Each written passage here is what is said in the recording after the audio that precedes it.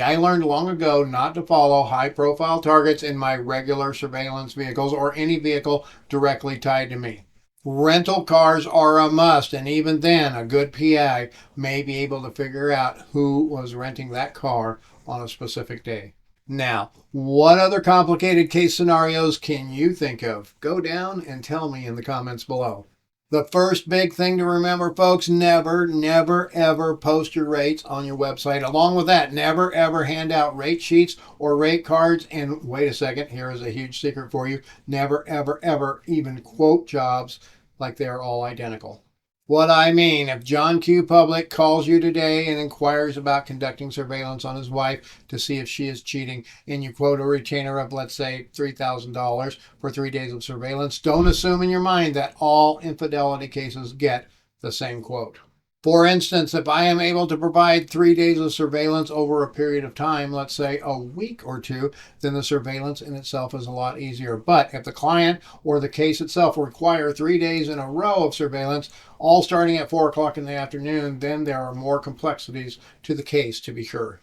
Just having to pull into a neighborhood in the middle of the afternoon in the blistering heat for all to see is tough enough. But to have to do these 3 days in a row, well, the chances of a burn, no pun intended, is much higher, as there is a good chance someone will notice you at 4 o'clock in the afternoon versus 5 a.m. Other things that may complicate the case are long surveillance periods. For instance, if a client wants 5, 7, or 10 days or even longer surveillance periods, the complications, the intricacies, and the ramifications are multiplied exponentially. This video is sponsored by OREP Insurance and Working PI Magazine. OREP is a leading provider of private investigator liability insurance. Visit orep.org for a quote today. But wait, what about other things that can complicate a case? Obviously, high-profile subjects will make things much more difficult. But how about nighttime surveillance? I find that following someone at night is more difficult than following someone in the daytime.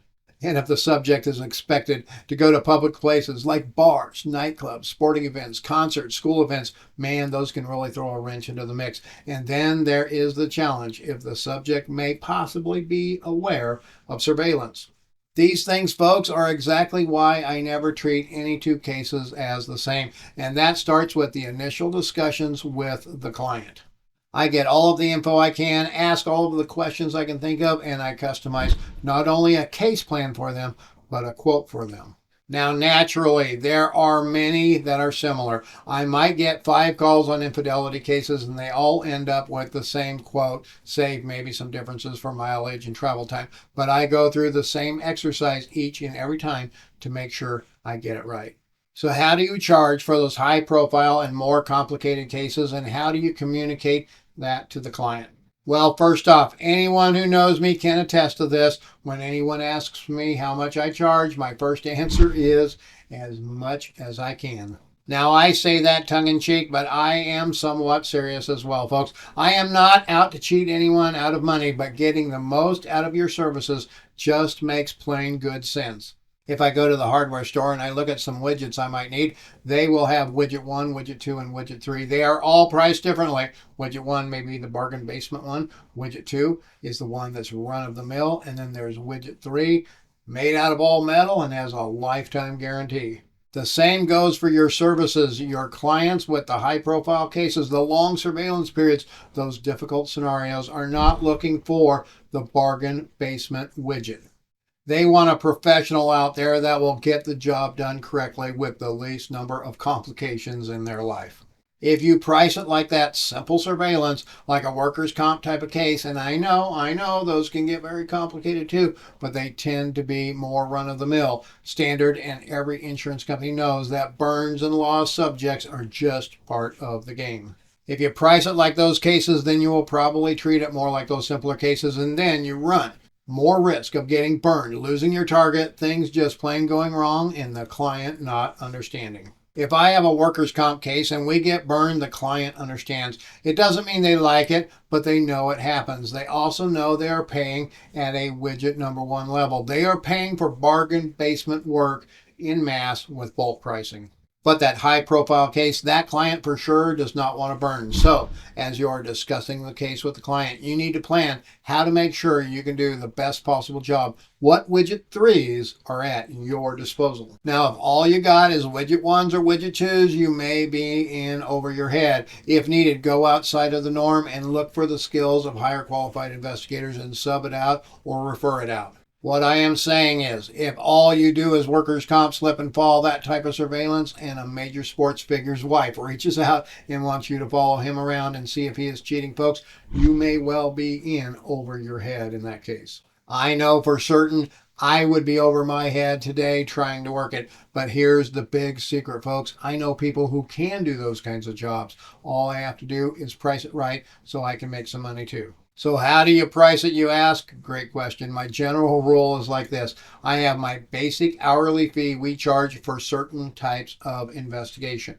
I do not have one hourly fee. I have a fee for surveillance, a fee for criminal defense, and a fee for every type of investigation we do. I then have markups. That's right, markups, not markdowns from there. So if it's an infidelity case, it has a higher hourly rate than workers' comp cases for an insurance company. That is because they have more complications usually, and the clients need more hand-holding and have higher expectations. Then, if it is a nighttime surveillance, it will have a markup of maybe 25%. Why? Well, because I have to put out an investigator that has nighttime experience as well, a good knowledge of the town or area they're doing surveillance in, and some more specialized equipment like covert cameras that do low light and nighttime video. But wait, we're not done yet. If it is consecutive days, it will get bumped up again most likely. Why? Well, because the risk of getting burned is higher and I may need to utilize more than one investigator to keep things fresh. And yes, if there are some other complications like we spoke about, going into public places, events, things like that, yep, the price goes up again due to the level of expertise required for more complicated cases. Then I also have a rate for corporate and high profile cases. Those for me, folks, is usually close to double my regular rate. I have to utilize the cream of the crop investigators for those cases. And once they are utilized, they are out of the picture, so I can't use them on other cases. And yes, that is per investigator. So if I have to use 2 surveillance investigators, that is at the higher fee times 2. No, I don't discount for second investigators for multiple days or for bulk work. All of those things do not make the job any easier. In fact, it can complicate it even more. But how do you communicate all of this to the client? Well, quite simply, you just communicate it with a retainer quote and what they will get for that retainer. I do not recommend telling the client, well, you know, our regular hourly rate is $95 an hour, but this is a pretty complicated case, so your fee will be $190 an hour. That will not fly very well. In fact, I never discuss hourly rates with clients. They never see the hourly rate until they get the contract. I just tell them what the retainer is and what they get for that retainer. Mr. Customer, we can definitely help you with this unfortunate situation. As we discussed, we can put 2 investigators out on surveillance starting as soon as tomorrow. We will do 5 days of surveillance from noon until midnight each day, and the retainer will be $38,000. All we need to do is get started on the contract. Then close that deal.